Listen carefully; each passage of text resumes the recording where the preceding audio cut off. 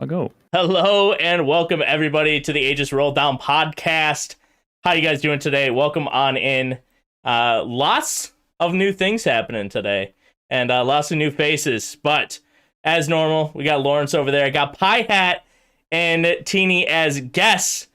So welcome them on in. We'll get to them in just a moment. But if you guys have not been a part of the Aegis Rolldown podcast, we are sponsored every single week. This week's sponsor is MMM Incorporated. So thanks MMM Incorporated for sponsoring this week's episode 8, I believe it is, of the Aegis Rolldown podcast. So make sure you give a big shout out to them in chat. And thank you so much for them sponsoring it. But this podcast, what is it? This is an opportunity for us to talk about all things Aegis. Talk about Aegis TFT, talk about some meta stuff, hang out with some friends, probably talk anime, because that's kind of what we do every single time, and get some feedback from you guys. So if you guys have any questions that you want to ask us, or Tini, or PieHat, or Lorence, throughout the entirety of this, type them in chat. We'll snag them as we go, and we will answer them right at the end. But having said that, constant co-host Lorence, tell me about yourself. Who the heck are you and why are you here? Heyo. Of course, I am still have not been fired from being director of Aegis Esports here at TFT or here for TFT yet. Somebody got my job over here to the left. Apparently, just finishing up these qualifiers, and it's been a long weekend on top of Worlds, so I'm excited to talk about all of it. For sure. And sliding on down, I think we're going to go PieHat first. PieHat, who are you, man? And welcome on in. I mean, I'm just a random guy that has a pie in the shape of a hat. I'm PieHat. I used to play TFT, and now I don't know what I'm doing with my life. Welcome to my TED Talk. And I just casted the TFT Worlds in the TFT Latam Twitch stream. And I'm one of the co-directors of RincónTFT alongside Tini. For sure. And Tini, last but not least. Hello, my name is Tini. I am the co-founder and co-director of RincónTFT with PieHat, and I run most things social media. I'm part of the community. I'm just like there typing on Twitter some things from time to time. Chatting. It's chatting. I'm really good at it. For sure. And real quick, before I want to pick you guys' brain on Rincón and everything about that, but PieHat, I want to come to you real fast. Now, we were gonna play some in-houses together not too long ago, I think a few days ago. One of our good friends, Crazy Pete, was the lobby owner and had no idea who PieHat was.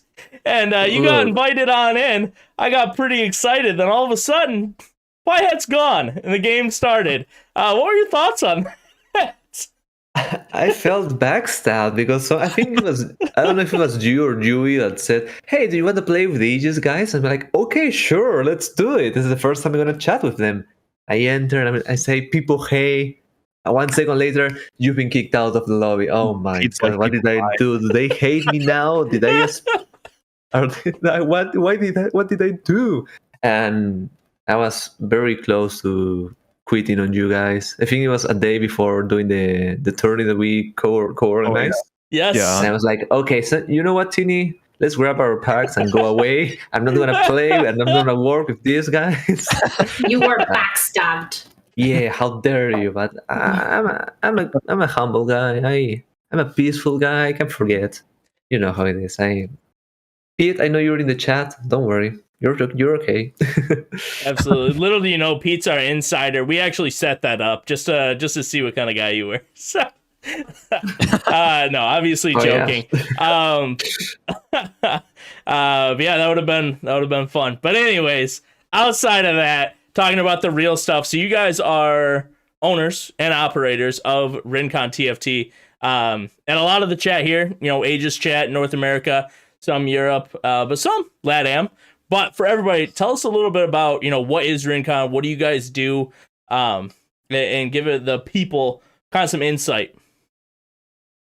Okay, so RincónTFT started as an idea to fill kind of a void in the community, which was like a site for all sources Latam TFT. So we like started with the idea of putting a voice to all the people who took part in this community by telling their stories, by creating a narrative that would hype people who are now part of TFT, and to inform the community in general, So I don't know, that was our main goal, and we are not even a year old yet. We turned 1 year old on February, but we have done really well so far, I think. I don't know, bye. I think we've done good enough, maybe. Yeah. But yes, that's basically what she said, which is I think TFT as an esport, and I think Latam as a community needs the stories for the people to be engaged, especially in a game like TFT that doesn't have those very high octane moments like League of Legends or Valorant or any other game, which you can just sit down, watch 2 minutes of someone shouting and being hype, and you are also gonna get hyped as well. TFT doesn't have that. In TFT, you have to find another way to be engaged with them. And I think the stories and the people and making them interesting and making people actually give a damn about who they are they watching, it's very important. So that's one of the things that pushed Rincón into existing, basically. So yeah, I think that's actually something really cool to point out. Some of the stuff, like one of the reasons like why I got into this, I've said it a couple times, but for those who don't know, like I really got into this because it felt like there was a lot of like emptiness in playing the game sometimes. So like you need to kind of like manufacture something like that, like these articles or like these leagues, because I come from like a LoL background where we had these leagues that you could do where you spend all this time playing the game, and then you come and have this community that you come and play, or that you go and play the games of like TFT or League of Legends with. And as you get to know them more and more by being familiar with them, like by hearing their name in articles or by playing with them consistently over a league, something like that's really important. So I think that's really cool. I really like the ideas of just articles being written about players. For sure. I was actually, before we got into this is one of my first time getting to meet you guys.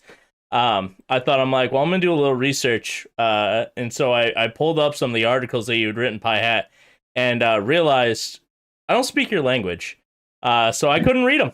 But I looked them up, and I'm like, man, these look fresh. And then that was it.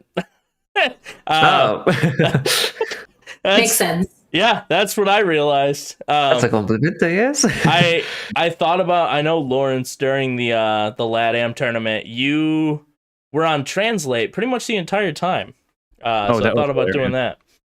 I was watching, I think Vicious is here in the chat. I was during, so like we had that tournament on Friday for Aegis X Rincón for running just like a one-off lightning tournament. And I got to sit in the chat of the winner's POV per se, and I was spending the entire time copying and pasting into Google Translate, and that was quite the entertaining debacle per se. There were a number of things that I got translated and that I can't mention on here, but they were, needless to say, misinterpreted. So that was a good time. I spent like 3 hours just sitting there translating over and over. It was really fun meeting everyone.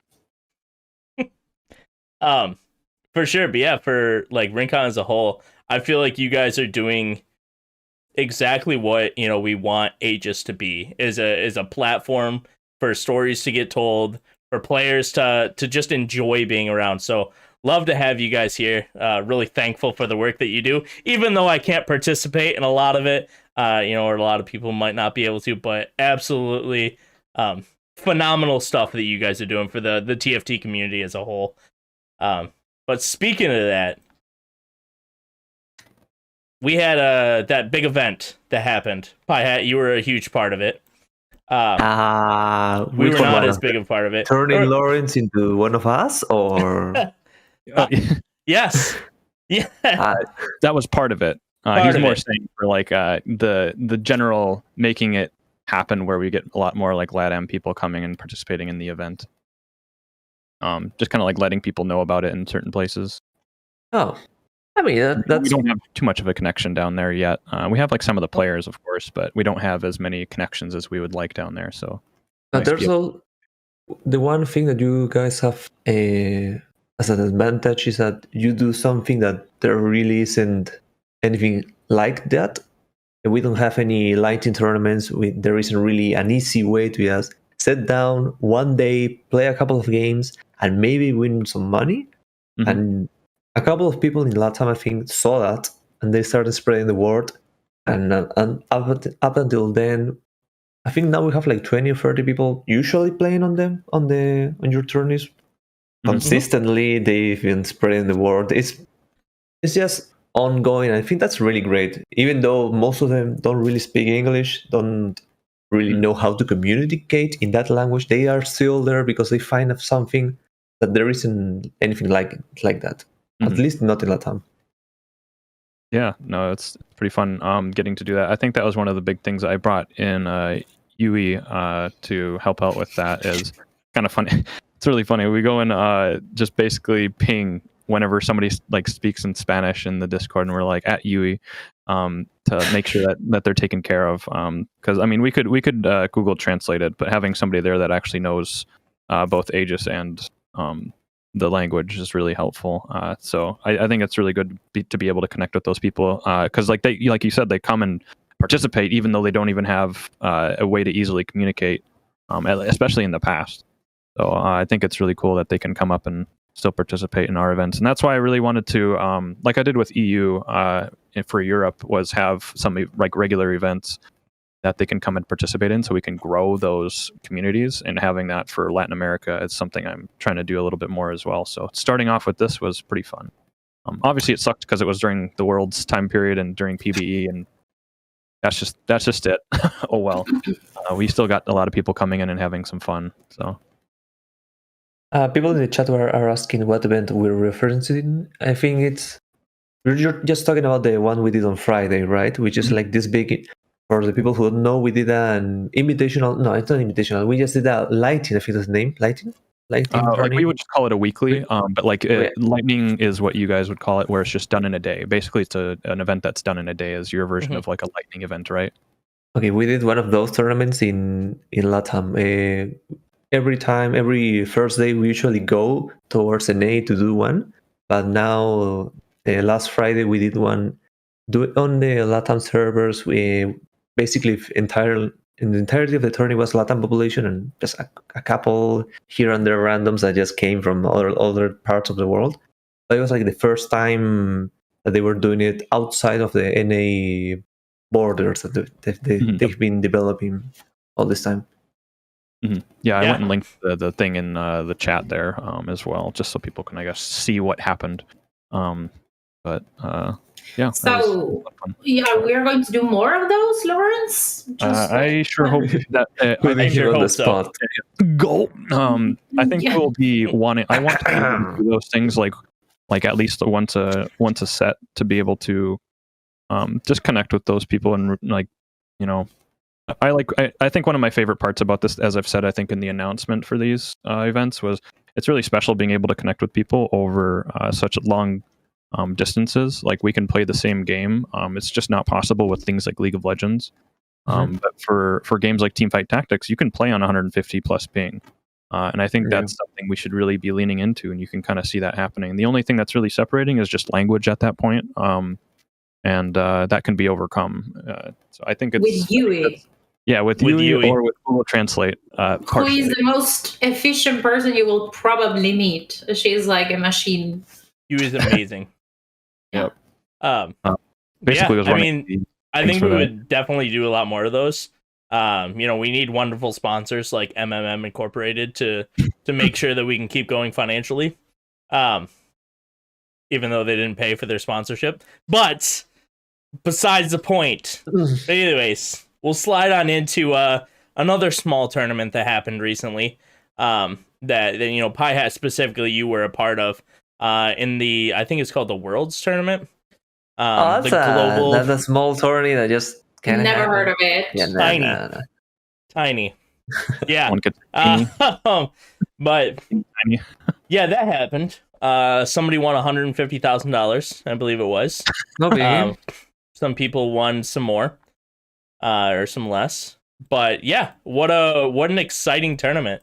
Everyone can start. Do you guys have any opening thoughts of the tournament? You want to start, Tini? Yeah. No, my opening thought, like I will just say it like this, and it's like TFT is getting bigger, and I'm happy about it. That is my outtake from it all. Now you can I can chime in later. I mean, I'm just gonna say TFT is getting bigger, and I think we're finally doing it, finding a way to make LATAM a stable region in different things. So I think it's just a couple of good steps because we've had, well, the four players did a really good showing. We even had Calypso going in the international official broadcast. So there's a little more. We're getting more involved in the scene, and I think that's really amazing for us. And plus, we had good results. That's amazing. We're happy for that.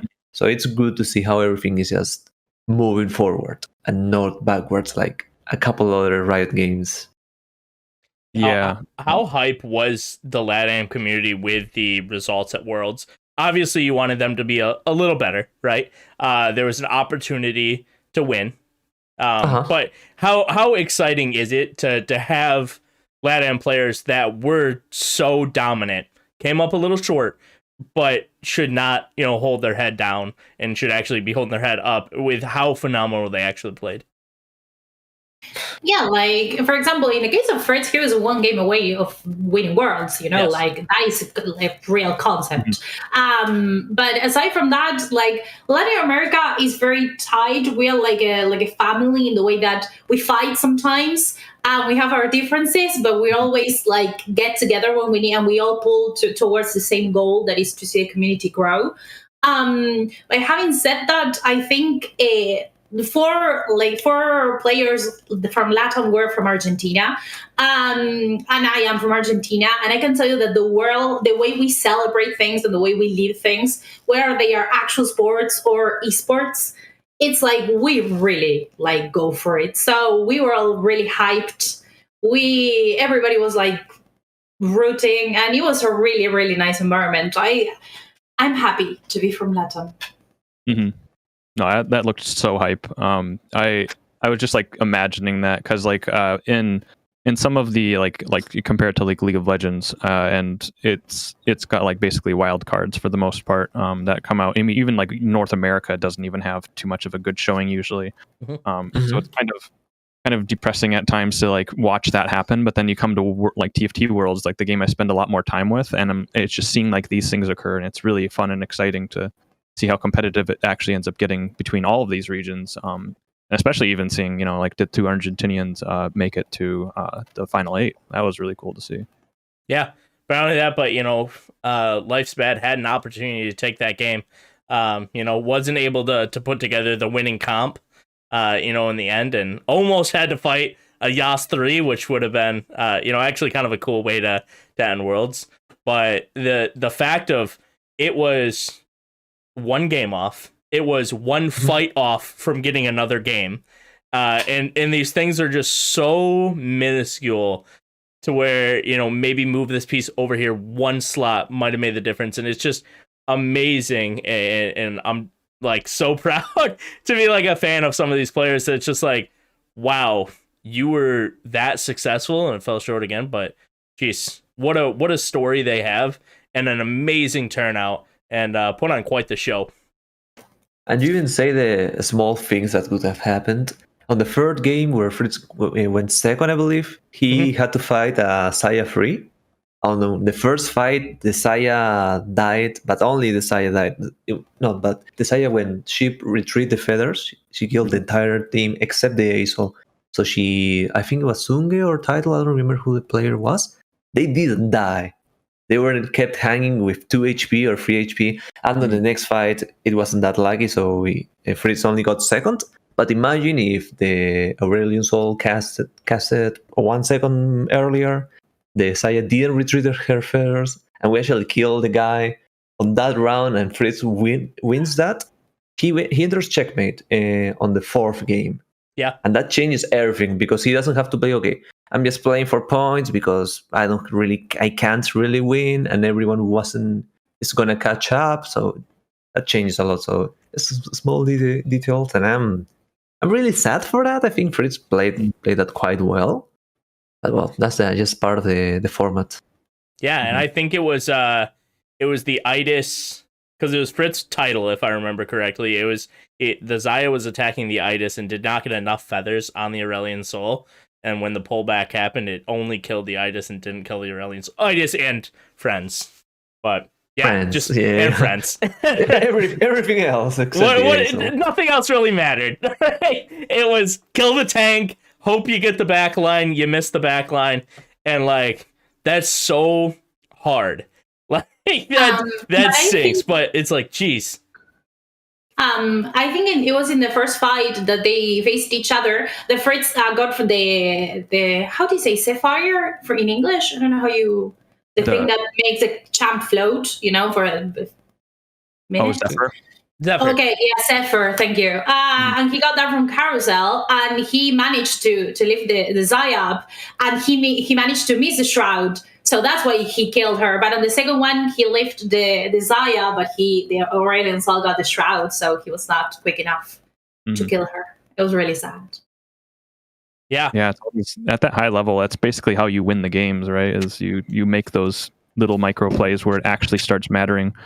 Sorry, my puppy's distracting me. Yeah, it like ends up being like those little things, and I think that's what's like fun to think about with these checkmate formats, where once they actually like get to that point where, say, Fritz had actually won that and entered check to try and for the next game get checkmate, like that changes his mentality and like quite a bit, I'm sure, where they're like, I need to play for this first. I'm playing this game completely differently, and as you said, it changes pretty much everything, which, some people will say like, oh, that's like sometimes down to RNG for TFT, but even at the high level, you can see things like that occurring. And if you play like just like that little bit better, it can change everything, right?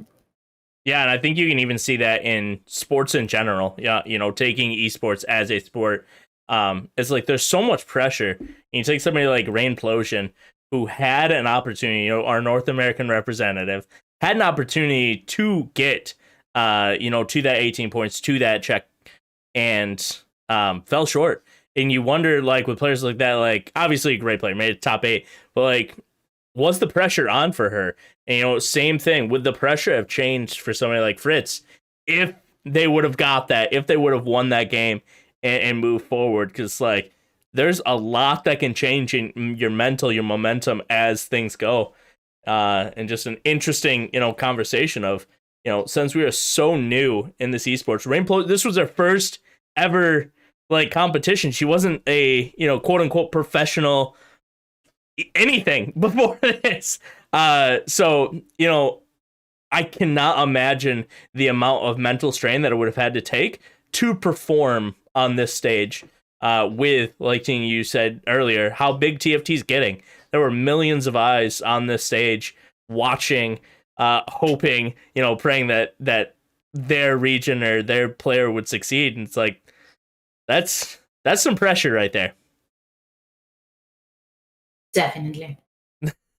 Definitely. Sure. Yeah, I think one thing that I want to also point out, though, is, I'm always a format guy, so I'll try not to get too crazy with this. But I thought it was really interesting being able to see, here we go again, like being able to see somebody like Rainplosion have 2 bad games and then just show up for the next 8 games. I thought it was really cool, actually. It grew on me quite a bit, having all these games for these great players to show up and prove that they deserve to be in this final 8 lobby. There may be some things I would change with it, but I thought it was a great improvement to have players play 10 games to prove themselves. Do you guys have any thoughts on that specifically? Okay, I'll start, I guess. I think the format is good. I think it's great to have a couple more games, a bigger sample size. But that being said, there are like two small things I would say. I think 10 games makes it weird because you have a lobby of 2 games and a lobby of 3 games, and it's kind of little awkward. I would personally, if I'm staying to that format, I would probably add another game, making it 6-6 and 3 lobbies of 2 games each. And I know there's this doubt of, okay, if we're playing 12 games, the bottom 8 or the bottom 16, they probably don't really have a reason to play anymore because they're virtually disqualified. And there's like, okay, but you can, for the last 2 games, you can only have, I don't know, the top 24 out of the 32 or only the top 16 play those last 2 games to make it justifying the top 8. So you'll probably do something like that just to please both the bigger sample size plus avoiding non-motivated people to continue competing. Mhm. But other than that, I mean, the other issue is more of we're watching 4 games at once. That's awful. So you, as a spectator, someone who wants to follow it, you're going to have to see 4 games going at once. You're gonna get dizzy, and you're not gonna get engaged, which is a bigger issue. That's gonna have bigger issue of TFT as a whole. But I don't think we can really change that with this current format. Definitely. PieHat, are you a big format guy? Do you enjoy sitting down, checking out formats, and contemplating what the best thing's gonna be? I mean, Lorence has been annoying my DMs for a year since we've ever started talking to talk about formats. So I would say yes. Same. No, I ever did format with it, or wait. I have no So, idea. so PieHat, like, do you think you're the first? Like, does Lorence go to you, and then when you don't respond, he just like goes down the list and says the exact same I'm the message? second option. He DMs voices, and when he doesn't reply, he then writes me. He goes to you, and then he goes to me, and then I don't respond. All right, we got to get together and just like not respond to him at some point. I think let's fire Lorence and we. There we go. Oh no! Maybe we'll do like a giant Rincón Aegis like intervention for Lorence. We found Lorence. Help me out, like not think about formats all day or what? Like, Lorence, we need to talk about the formatting. We need to talk about your format problem. Your format of talking about formats. Your format of talking about format problem. No, I'll slide in next. Yeah, I really enjoyed it. I enjoyed the 10 games. I'm not a big checkmate fan, as I think talked about last podcast, because of course we talk about formats every podcast, it feels like. But yeah, how does this happen? Yeah, I'm not the biggest fan of the checkmate. I understand, for the spectacle of it makes the most sense. TFT is a little different of a game. And it's hard to get a format that works perfectly for it, and so for that aspect, I appreciate it. But the 10 games as a whole, I absolutely loved. I love that they had an opportunity to, show themselves, show how good they are, and I really do think that the best player shined. Shout out to Lorence's roommate. Yeah, he's grabbing my dog so she can go pee. Eventually, if she stops. I'm obsessed with that dog. That's all I'm going to say. Wait, Tini, do you have a dog? Matt. I don't. I have tortoises. You are asking to it.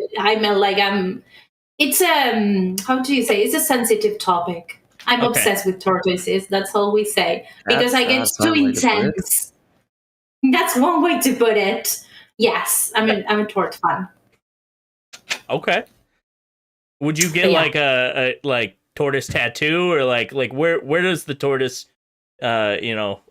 stop? Like, where does it stop for you? It never stops, Okay. I can't limit it. No, I don't have a tattoo. I'm not going to get a tattoo, but hopefully my tortoises will live alongside my entire life. And Tini, then when I go, tortoise cosplay coming soon? No, not really. I don't know. Like, I feel like I'm not that committed now that I said no to 2 ideas, Yeah. But, I don't know. I really like the animal. Are you sure you really like tortoises? Yeah, but the real ones. I really like tortoises. Tini tortoise cosplay. Rincón, have my back on this. Come on. Please don't. Are we going to be able to run a poll for does Tini really like tortoises? No. Are you starting? He's gonna leave this call right now, so be careful. Yeah, it's not good. That's not a good poll. No, I'll snag towards the end. I'll see if my puppers wants to make an appearance. Mm-hmm. Get the puppy stream going. Hopefully, there's less wrangling as mine. But looking at this, so kind of last topic I want to talk about for Worlds. Before we slide on, we do have kind of the Chinese dominance again. But with the up and coming regions, LATAM's coming. We had another North America find their way in. Japan, for the first time, had an opportunity to win Worlds, which was incredible for them. Did EU come to the tournament? I can't remember. Were they there? No. I think no, they didn't have qualified. no. They didn't qualify to the top 32? Bummer. I mean, I don't remember seeing them. So, yeah. Oh, we'll forget about them. But anyways, the other regions, had an opportunity. Do you think that we're going to see, more Chinese dominance? I don't know where Korea was, but they didn't show up either, it feels like. Are we going to have some of these other regions continue to move up? Or is set 8 next year, set 9, set 10, whatever, going to be just more Chinese dominance, you think? I think we are starting to disrespect the Chinese, and I know this sounds wrong, but it's not. What I'm trying to say, if you put someone out there and you think they're invincible, it's unlikely that you're going to beat them at anything, because your mentality is I can't beat them. But I think with this is the first tournament that I feel like everybody was okay, anything can happen and I'm going to go for it. Mm-hmm. And especially with the first 2 lobbies being won by Argentinian players, it's okay, this could go anywhere. If it wasn't so inconsistent in the sense that the second result was so low, many things would have happened differently. But yes, I think there is going to continue, a Chinese dominance is going to continue, but I also think it's going to get closer and closer and closer. Yeah, I think they're not that far away. I think there's just this idea that they're far away because they have LAN tourneys and they actually have a competitive scene that isn't held by online events. Other than that, I think it's very possible for them to not win. They're very consistent, of course. They have everything set up to make them consistent. No other region really has that. But LATAM was the second best region. I think we were the second best in World. So, I mean, I don't count Idol. He's playing for himself. But LATAM as a whole was the second best region. So I don't have any doubts. I only have proofs that we're out there. We're very close. And people everyone put us at the bottom of the barrel. They said that we were the worst region, and we shut some people up. So, Yeah, that's nice. I love happy endings. Yeah, I mean, I'll be the first to say it. When I did my pick'ems, LATAM was not very high. So you guys, had. I think I had one person. Don't worry, we don't take it personally. Yeah, I think I had one in the top 16. I think I had Fritz. I think was in my top 16. But other than that, I didn't have anybody in the top 8. I didn't think it would make it. So it's just, kind of outing myself here, but it's a testament to it. I think they were underdogs, and that's really cool that they made it and did look to close the gap, if you will. So, Lorence, what do you think? Okay. Oh, go ahead. Yeah, I was gonna say people take scrims too seriously. They say, okay, they aren't really playing that well in scrims, and then they're just because of that they're bad. That's not how you see things. So I think we got overlooked. Yeah, I agree. I think there's always something to be said. As somebody again, to reiterate, I come from playing a lot of amateur League of Legends. I think there's really something to be said about coming in on game day where I've just been destroyed in scrims, and then I come in on game day, time to play, and it's different. And if you are really good at getting into that mentality and coming into play, that really can make the difference. Obviously there's some variance in TFT and some of that plays into it, but over 10 games, that's a little less of a factor, and it just shows that some of these players really came to play.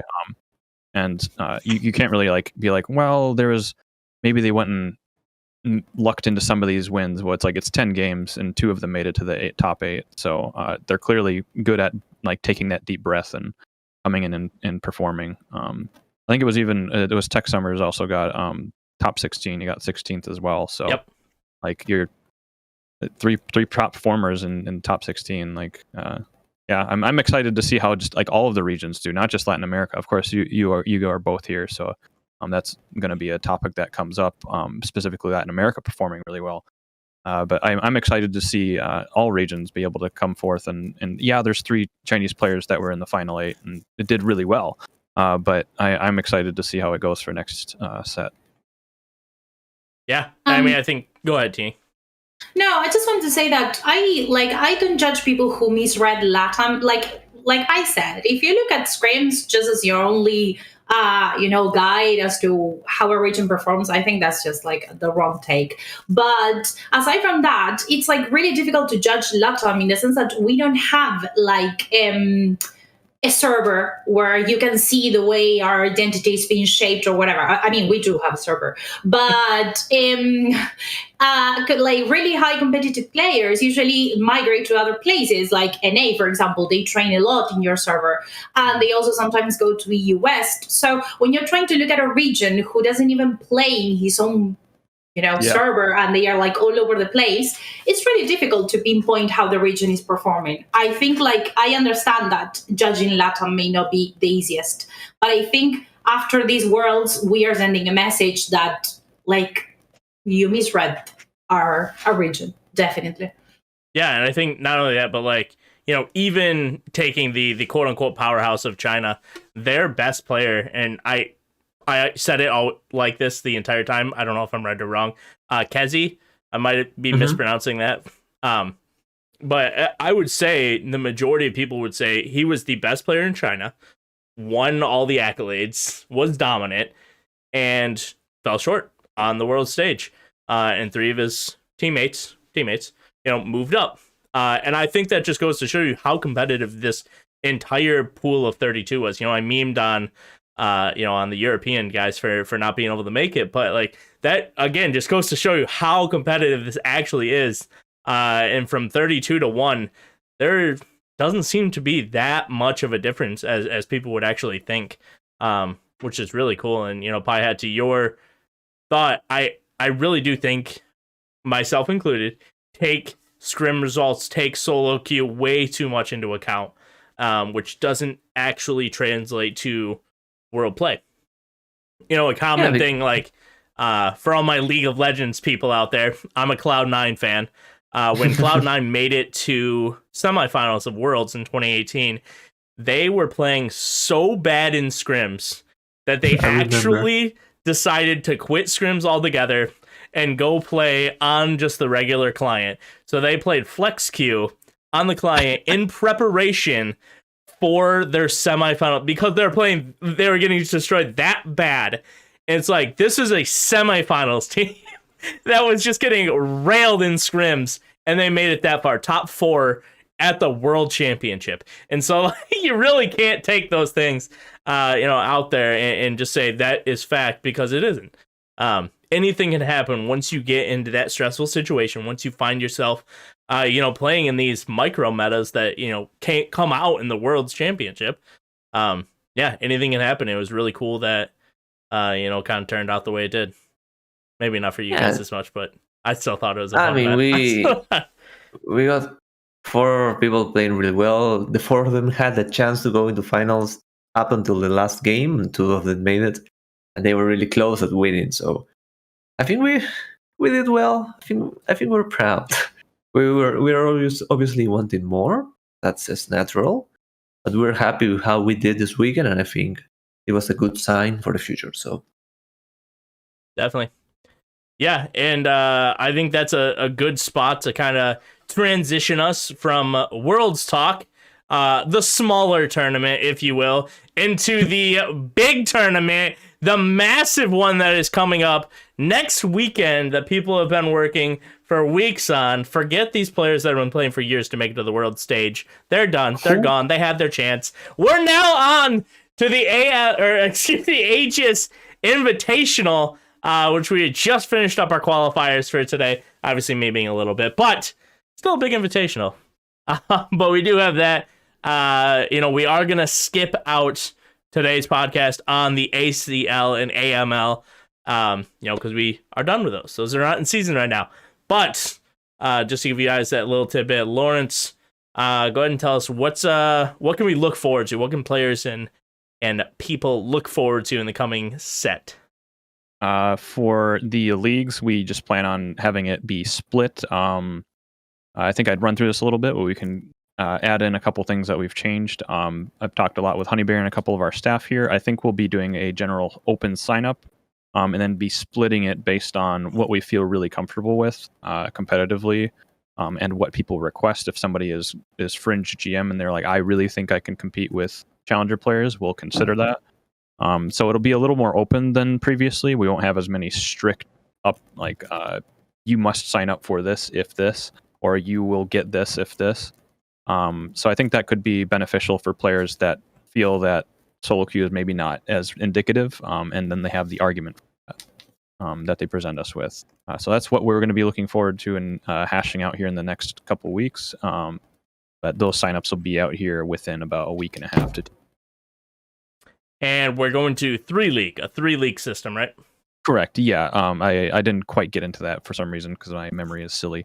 But we'll be splitting it into essentially what will be diamond and below, grandmaster to master, grandmaster to master, and then a challenger league up at the top. So it'll be split like that, but it'll be a little more open on the ends compared to previously. Slightly, just kind of at our discretion. And last thing, again, Lorence said signups are going to be coming out as soon as we get off our butts and actually get them done. But also, the league itself will be starting sometime around early January. So we'll lock that down coming up here soon. But the Invitational happening this weekend. Just finished our qualifiers for it. For anybody out there who has no idea what this is. So this is a $1,000 Invitational that we have going here for set 7.5.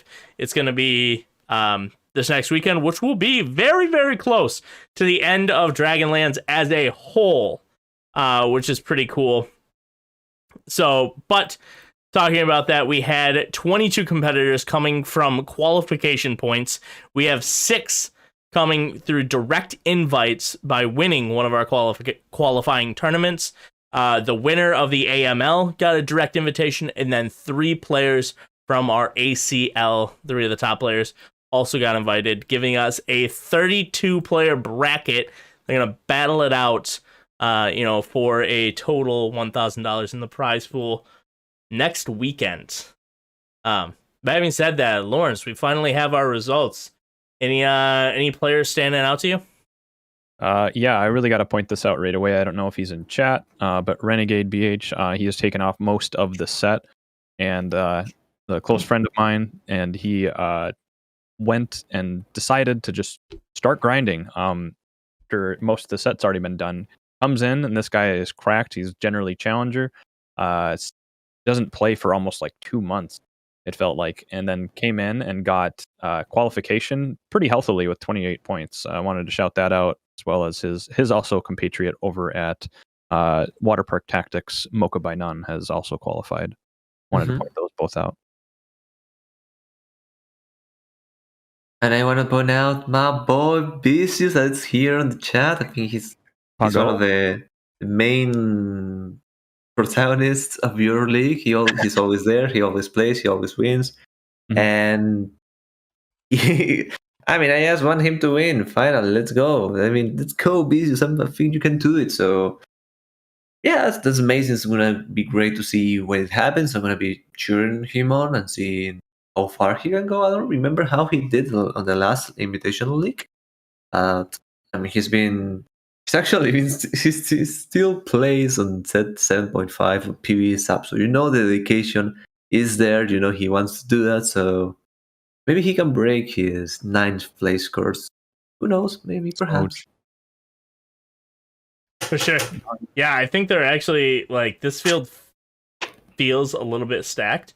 I think there are a lot of good players. Some players that we personally love here at Aegis. Hyped to see Andrew back up there. Hyped to see Hedgehog actually come back. That is a Chinese representative, I believe. Is that correct, Lorence? Yep. It's a Chinese player who wakes up at crazy hours to play in these tournaments. They just really cool. You like it. Yeah, it's really cool. Yeah. I want to shout out Exula. They have kind of a sick stream. So enjoy watching their POVs. I am a little bit biased with my streamers because they give me an opportunity to actually watch the tournaments that we put on. So a little bit of bias there, but love seeing them. And then, last one I want to shout out, before I pass it on, is Dawidowski, who put on a heck of a performance in our Set 7 Invitational. Got second, only to skip. So that was really cool that they came back. They won our third NA qualifier, and excited to see, what they're going to be able to do on this new stage in Set 7.5. I'll go. Yeah, Lorence, anybody else you wanna bring to attention? I guess one last thing I can shout out here is the first player here on the list, Medina, is 3 finals appearances, and they just decided that I don't think I'm ever going to get caught by anybody else, much less the top 22 pushing me out from being able to be at the qualifiers, no matter if I didn't win them. And they clearly did. They were almost 20 points above everybody else, almost double what the qualification points needed ended up being. So shout out to them. I don't know if they are in chat or not, but that's pretty cracked, making finals for 3 out of 4 tournaments that they participated in. That's actually insane. I didn't even realize that. That's insane. Yeah. Especially seeing the competition that they would have had to go through to actually make it here. That's good stuff. Yeah, and to point out, I guess too, with just the way that these are functioning, Renegade pointed this out to me today, is once it gets later in, when people feel like they've already qualified, you're starting to get some of the good players that aren't playing anymore. So maybe you can have lesser people lesser players that you're playing against, less challengers are showing up. Maybe there's a couple more GM master players that are in the finals. No, these were all 3 out of the first 4 that they got to the final. So that's pretty cracked. Yes. Shout out. Yeah, and I guess, I missed this, but I would be, remorseful if I didn't point it out. Keynes missed out. Rest in peace, Keynes. He didn't play. Yeah, shout out to him. Shout out to Keynes. Poor guy. Love the guy. For you two to know, so he said, so he was in the ACL finals and said, I will not be playing in any of the invitationals or qualifications because I'm just going to win the ACL and I don't need to play in any of them. Spoiler alert. He went 7, I think. Didn't quite work out the way he had planned. So well. Love the guy. Yeah, talks big though. I love that he talks big. He doesn't back down, and that's my absolute favorite thing. He did not back down from it. He stood by what he said, and now he's playing Set 8. Yeah, if only he had backed it up too, though. So what was that? If only he had also backed it up instead of never backing down. Got him. Well, let's switch on over. Guys, Set 8 is just around the corner. Set 7.5 is basically done. First we can start on Set 7.5, just as kind of closing thoughts. But overall, I just want to hear, any thoughts you had in 7.5 or 7 as a whole, Dragonlance as a whole, as it's coming to an end. Was it a good set? Was it a bad set? Was it the worst set we've ever seen? What do you guys think? PieHat, you got strong feelings over there? Okay, she's pointing at me, so I guess I have to talk. This was by far the worst set I've played. I didn't like it at all. This set. I didn't like it. The concept of dragons on Set 7 felt too limiting. Even though I liked the changes on augments and the treasure dragon and all that. Dragons are not for me. Siphon, especially now the picture reminded me on the chat. God damn, I hated that dragon. Oh well. Interrupt, PieHat. Did you ever see our dragons ranking? We did a ranking of dragons episode. Are there any S tier dragons? I think there are S. So we ranked them. We didn't S tier it, so we ranked it number 1 Passable. to 12. So we had to tier it, if you will. Oh god, Siphon was by far, I think, the worst, and all of our take. Siphon was it was either 12 or 11. Yep. And because it's just, it's I probably for the same reasons that you hated it. It was like, oh, it bit my carry, I lose. Oh, it missed, I kill it and I win. Yay! Yep. It's like Awful. what a great concept. Among other things that it does, but some of the stuff it did cool. Yeah, I guess go on, PieHat. I have very strong feelings about the dragons. Shyvana was our number one, if that helps you out. Like really, collectively, she doesn't do anything. Collectively, she's so cool. She's cool. You can tell Tini seeing itching. It's like, are you sure? Who would you put as the number one dragon? Remember, this includes thematics. Yeah, it includes everything. Who would you put as number one dragon? I am going to say Deja. Okay. Yeah, same. Honestly, same. Deja was very high on most of our lists. I think it was like top 4 for everybody. So. Yeah, I think it was at least 4th for all 3 of our rankings. Deja was top 4. She's one of the only decent ones. I guess Aidas is decent, but Aidas is just an empowered Galli of set 5. Yeah, it's basically the same. I liked them as a tank, but it was really just when you came down to it, it was like that's still just a boring tank. It doesn't like do anything. I like the item mechanic though. It doesn't do anything. But that was fun. Yeah. Huge fan of the temporary items. Personally. Yep. Yeah. She provided a lot of things. Yeah, but other overall, than that, what do you have? It's like some, I guess, is decent, interesting at least. Yeah, some was interesting. I liked that they made the brand new the model. Yeah. Zippy. Oh, I love her. Like Zippy and Nomsi are in my heart. They are like the queens, kings, whatever gender they are in my heart. But like I think I prefer Deja because I could play with Guild, which was my favorite synergy. But cool. I'm sorry. That is a context. I have to go with that because a 3-star CB that just goes quack and she has rolls. You love it? So good. It's so good. And it just one-shots your carry. It's like, I can't even be mad against that little guy. She even dances with the feet and she just walls around. It's great. She's amazing. But she's amazing. She was really fun, but Zippy was my number one. I think she's 2 or 3 for me. Yeah, I think maybe Nomsi dirty. I think Nomsi wasn't allowed to shine. He didn't let her do her thing. I'm really sad because she was the queen. Mm-hmm. I thought the weird. On the first part of the set. The first part of the set. But then when she turned into an actual dragon that you can buy and all that, they did her dirt. She couldn't really do much. Yeah, I thought it was really weird. I mean, you can make it work eventually, but like I just said, the cannoneer part always felt really awkward. I mean, you can make it work, but it's like a fire, and it's a cannon. Can I ban Yui for putting Zippy as 12th? No, I mean I had Zippy as I think 11th. My God, it's not 12. Okay? It's not 12. Did you ever reroll Zippy? Have you ever had a 3-star Zippy? I don't even care about having 3-star Zippy. I just love 1-star Zippy. I'm saying to Lorence. I mean, I can understand. He's like, okay, I guess Zippy doesn't do much. Have you tried putting her some items and actually watching her fly? Just like a rugby player. Okay. I must admit. Okay, so if I'll keep Zippy at 11 if we exclude the AD build on it, where it's hilarious, where you build like just a one-shot build, where it's just like Infinity Edge and like 3-star with Deathblade or something like that, where it's just like and just one shots the carry. That's funny. Yes, that's hilarious.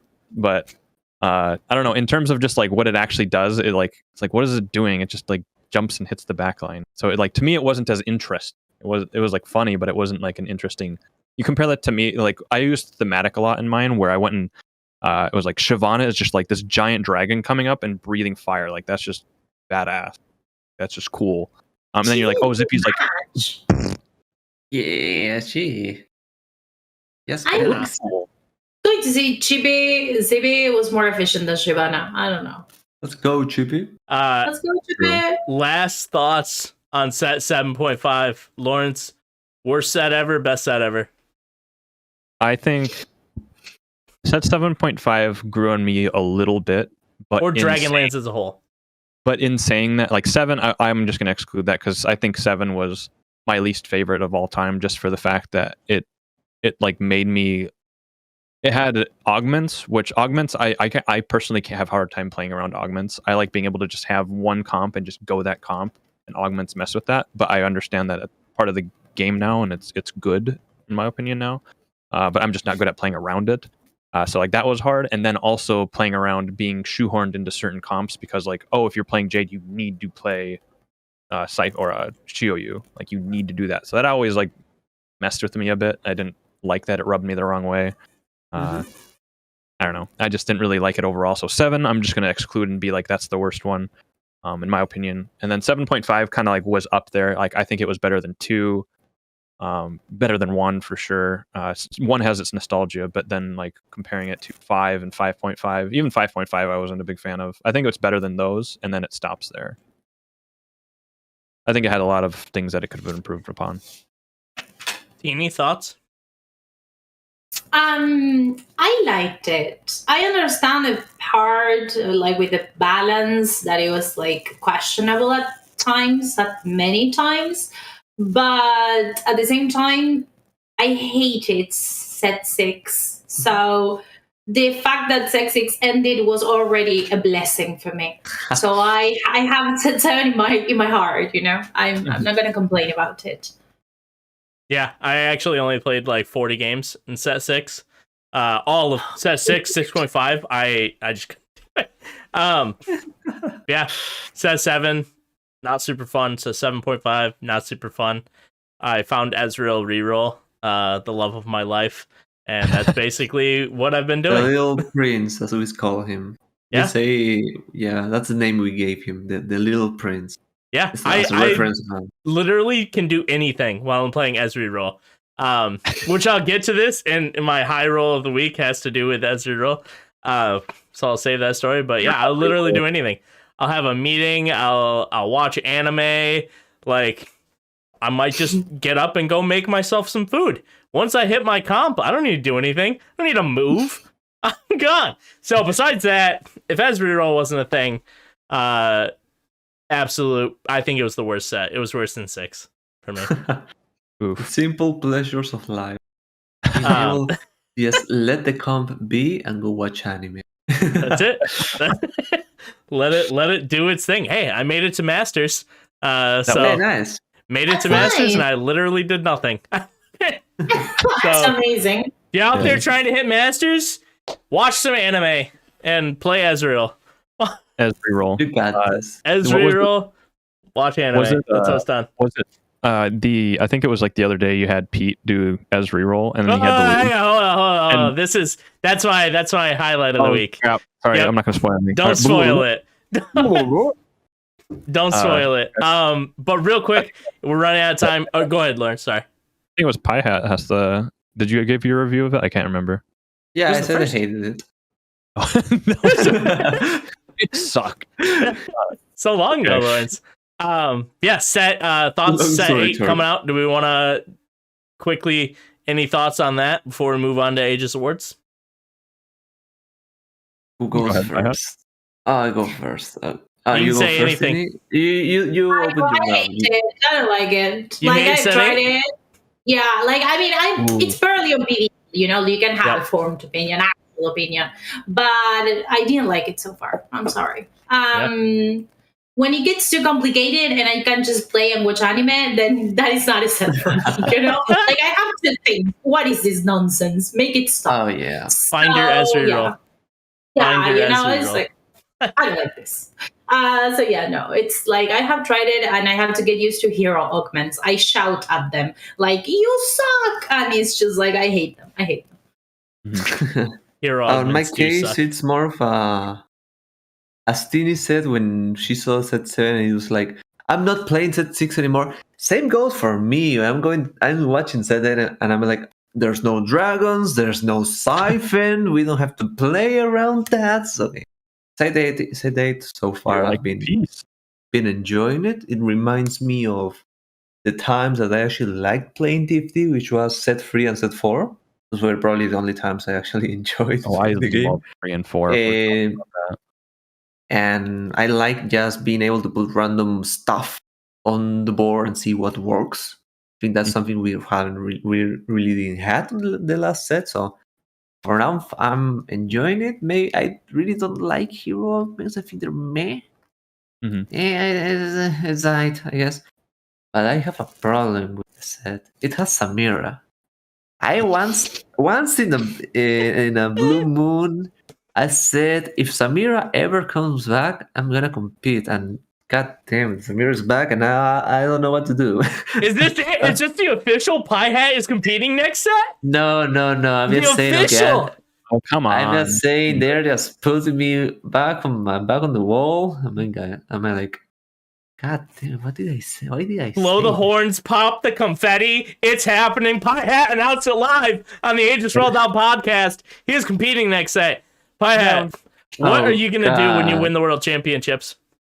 I'm just gonna retire and just gonna keep on grinding on Rincón because I actually like Rincón. Let's go back. I actually like doing that. I don't really care about competing, but I do like doing more things in Rincón. So remember us little people when you win the world championship, all right? I don't know. It's just too much. It's just too much time to compete. It's too much investment. You have to sacrifice a lot, and there's a lot of things I don't want to sacrifice. So I feel that. Lorence, thoughts real fast? So there are a lot of things in it that I now enjoy. I get to play like the super reroll comp with whatever else you want to reroll alongside it. With Gangplank is a lot of fun. I have a lot of fun with that. It's just dopamine hit after dopamine hit of I hit that 3-star, and then it's like now that you've 3-starred it, not only is it stronger, your entire board is stronger, and now it just makes me feel even better. It's like that 120% of the dopamine hit.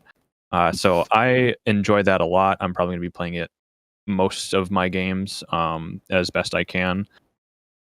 I will say on the other side of that, though, that I'm not a huge fan of hero augments because it's happened a couple times where this is my own issue here, but like I've had it a couple times where I get a hero augment on the third one when I'm still level 5 because I'm re-rolling the super comp and it's like a 4 or a 5 cost, and I can't quite put that out on my board yet. So now I'm like behind, and that's partially to do with just me not being as potentially good as a player as needed potentially to like hit these level up. But it being able to like you must play this to get this benefit feels just bad to me. I'm personally not the biggest fan, even if it's supportive. That's kind of my take on it. I mean, it's not the worst. I think some of it's really cool. Like the idea is cool. I just hate it. It feels really bad when you have to play around it when you don't want to. Worse than augments. I've enjoyed bot 4ing every lobby because I have players like Keen's, Crazy Pete, Mocha in my lobbies, and so I just get to bot 4. That's been enjoyable. Love every second of it. Any final thoughts before we move on to questions? Or awards. Yeah, nay? All right, well, here we go. The Aegis Awards, completely made up, have absolutely nothing to do with anything. Might not even have to do with TFT in general. But the high roll and the low roll of the week. We'll go high roll first for everybody, and then we'll circle back and give the low rolls. Lorence, high roll of the week. What do you got, man? I'll do a broad one. I hope that this isn't taking from any of the guests here or yourself, but I say high roll of the week is TFT as a whole competitively. I think that seeing this much of a prize pool was really cool. I think the viewership felt nice. I think it's going places as it's coming out of the pandemic and getting to actually come to like lands. You see Summit coming up. There's just like cool things coming forth with TFT. And it's not just me being biased because I am in. I mean, there's some natural bias, but it's not just me being biased because like it's good for me to have more people interested, so more people show up to the events. It's nice to say that. I mean, yeah, It's true too, right? That's what I am doing a lot with my free time is now getting bigger. That's always going to be great. But I think I put a lot of time into this just because I really like the game. So seeing it grow like that is really cool. I'm not going to keep dragging that out, but that's my high roll of the week. For sure. PieHat, Tini, you guys got a high roll? Hi. God damn, I saw a point and then a high. Bam, bam. I'll give you guys a little bit more time. So my high roll takes me back. So we were all working. I was still working towards hitting masters. And I was just happened to be in a call with some lovely people, CLE and the Crazy Pete. Lorence, you were there, I believe. Yeah. Wonderful time out there. I was coaching our boy Crazy Pete on how to run the Ezreal reroll comp. So Crazy Pete, Grandmaster player, really good player, ends up setting up his comp, but little known fact, he actually had to go. So he had some plans with his family. So he left at stage 4-6, whatever that the transition round is, going into stage 5. And he just left his computer up, set up his comp, and walked away. And he top 4'd that game. He missed all of stage 5, didn't move a single unit, didn't upgrade his board, didn't get anything from the creep rounds. And our boy CLE ended up getting 5th, participating through all of stage 5. And I loved every second of it. And Pete was not there to enjoy it because he was out to dinner with his family. And he's just winning a TFT game, not doing anything through all of stage 5.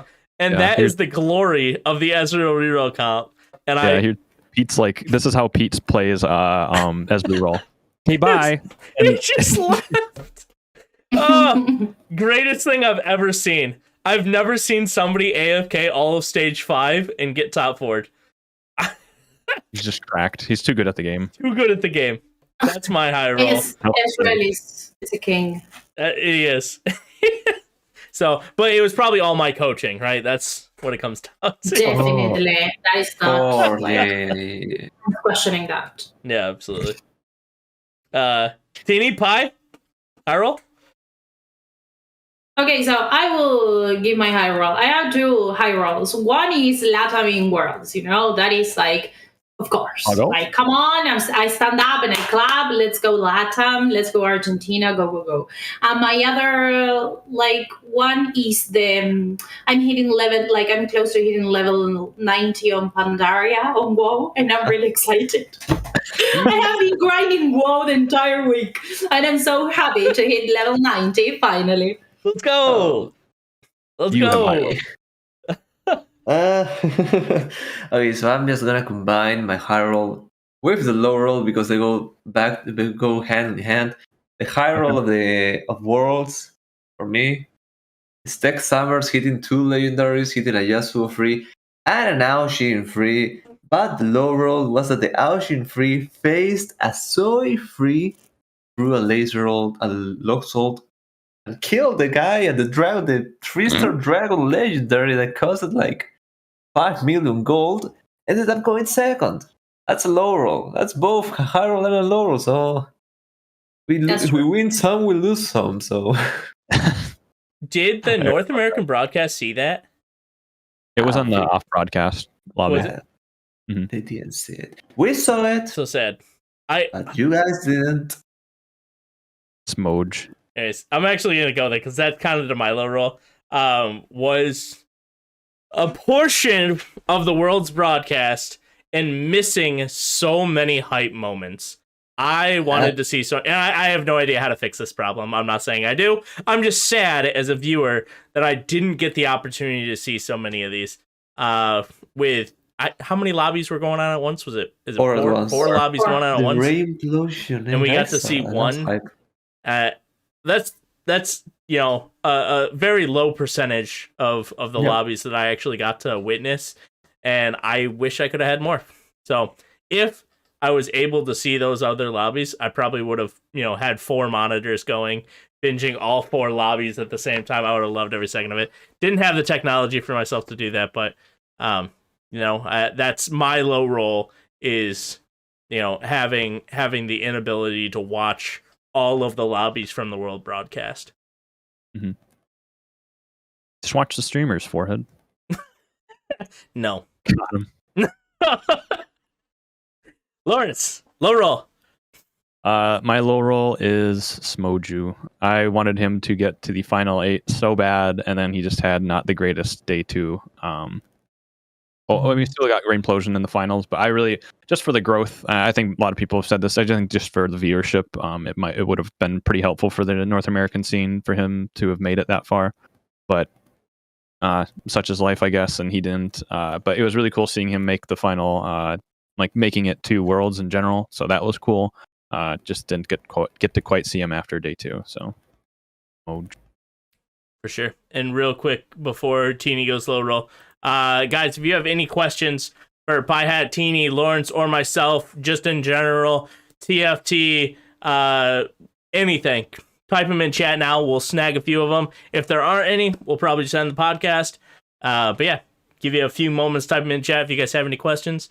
But Tini, low roll of the week, what do you got? My low roll of the week is not the fact that they didn't show many of the amazing plays, but the fact that I didn't see them because I fell asleep because of the time. Yeah. So that is my low roll. Like they're like on Rincon's Twitter, for example, on day 1 you have results game 1, results game 2, results game 3, results game 5. No one knows what happened on results game 4, but it was me sleeping. Just yeah. What time did World start for you? What was World start time? I think it's 4 hours. 7. Yeah. For her it was 7. For me it was 5. But we were casting. I had to wake up at 3 a.m. So. But yeah, it was a weekend and I was playing WoW, so I got to bed really late, and 7 was really early. Yeah, I think it's 5 a.m. PieHat. I think you and I are the same time zone. Yeah, but I had to wake up to be on the call before, so set up everything for them. That's insane. Yeah, that's why I'm looking like this right now. So man, sliding into questions here. We're gonna disregard all of CLE's favorite casters, Niberia. Not an egg fan. Niberia's great. I'm not an egg fan. Like his voice. Something about his egg. That's all I got. But he did great. He actually crushed it. That meant to be a pun. Lorence, format? Format? On what? On World? I think format of everything on World? That right? We talked about What's the question? Oh, thoughts on the format? Just overall, I guess CLE might have missed it. I thought it was just fine. Could have used maybe a little more eliminations at some points. I guess is something I maybe could add there. Maybe just like an 8-person after 5 to 7 games. But I liked being able to see all the players play out for 32 games, or for 32 games, for 10 games. That's crazy. 32 games, let's go! But yeah, no, I enjoyed being able to see these great players for 10 games, and that was a definite improvement overall. I'm a huge pusher of having small cutoffs, though, just to keep things competitive as best we can. But if players, this is also the world stage where players have played all year to get to this point, so screw it, let them play against each other if they would like to do so, and they're not demotivated necessarily. And you still see players sneak out firsts after they've been eliminated, so I think the eliminations maybe aren't even necessary. So I think the format's pretty good. Definitely. Yeah. Man, I was reading through this one. Do you think that before Worlds there was disrespect towards LATAM players because in other esports, we don't shine so much? In League of Legends, we're the worst region. So I guess I'll kind of leave that to you guys. I know you guys talked about that a little bit, but do you think it was disrespected based on feelings of other esports? Nah, No, I don't think so. Nah, I don't think League of Legends has anything to do with this. So I think it was just pretty much the thought process was, okay, who are the minor regions? Japan, OCE, Latam, Brazil. Who am I gonna punch this time? Punch Latam. So that's basically what they were doing. Everyone was like, okay, I'm picking my poison. Because it's usually one of those four, because where all the four of us are looked down upon. So I think it was just that. And like I said, the scrim result weren't really that well. So they thought this was like the argument discussed as were bad. Oh well, alas. But and here we are. No, but even so, like, okay, we are terrible at League of Legends. I'll take that. I will be the first person to say it.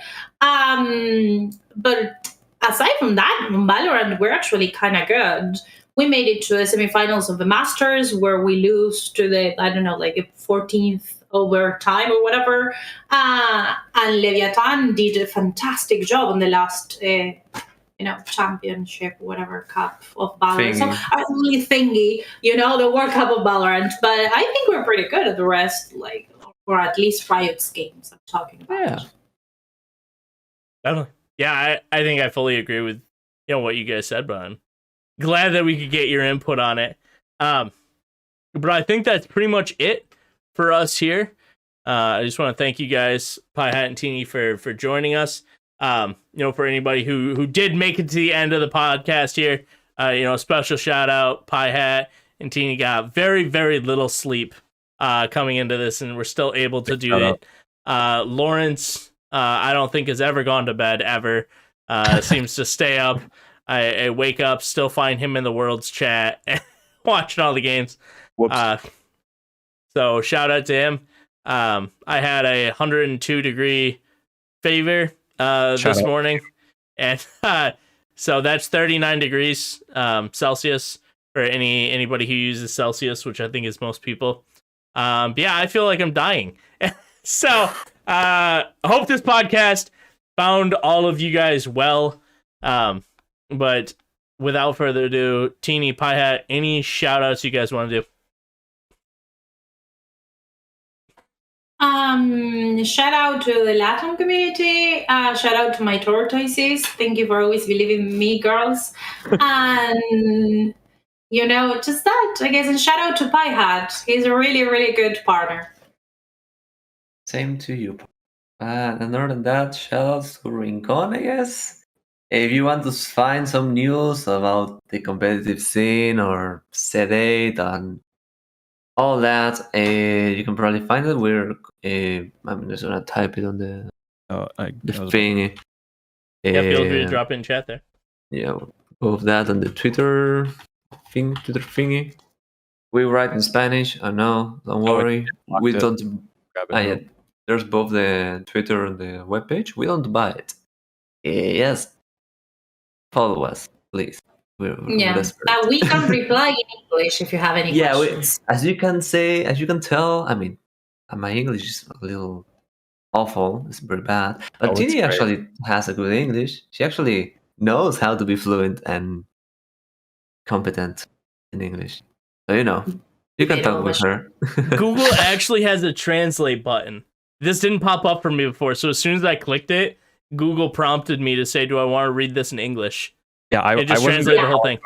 I didn't have it last time. And Twitter as well. It says translate with. Twitter has it right in. And we don't write in complicated words, not anymore. So it's gonna be very easy to translate. So don't worry. And they say this Dango team. Have you seen the logo of Rincón? It's the cutest Dango you'll ever see. So that's true. Go Dangos. Let's go Turtles. It even knows how to type on a typewriter. Yes, and the typewriter says how to high roll. Like the thing that he's typing is how to high roll. Feels good, man. I know. It's a good Dango. Yeah. Lorence, any shout outs? I mean, y'all already kind of covered it, but I'm going to cover it again because I really appreciate this stuff. I put a a lot of heart into stuff like this, and I love seeing other people do the same. 102 degree, 39 degree Celsius fever over there next to me, and you two with very little sleep after working all this, coming to partake and make something I put a lot of time into even that much better. Always feels great, and I really, really appreciate it. So shout out to all three of you for coming out and helping out today. It was really special having you on. For sure. Thank you, Lorence. Thank you. Oh, that'll be it for us. Again, thanks, Tini. Thanks, PieHat, for joining us. Thank you, Lorence, for making all this happen. Thanks, chat, for being there for us. You guys are always amazing. Love reading it throughout the podcast and just generally just making me laugh while listening to everything. So thanks so much for being here, you guys. We will see you guys next weekend. If you're in North America, happy Thanksgiving. We won't be seeing you guys for Thanksgiving, so if you are there, happy Thanksgiving, and we'll see everybody next Sunday, right after the Invitational. Invitational, I believe, is going to start at 3:30 EST. So make sure you guys mark that in your calendars. You're there. We will have live streams, live broadcasts with some of your favorite broadcasters. So hopefully you guys are there. You enjoy it. And then the Rolldown podcast will be immediately following the Sunday cast. So let's go, Beatsius. Let's go. Absolutely. Thanks so much, guys. I hope you guys have a wonderful, wonderful night. And we'll see you guys next time. Peace out, everybody. Everybody. Bye.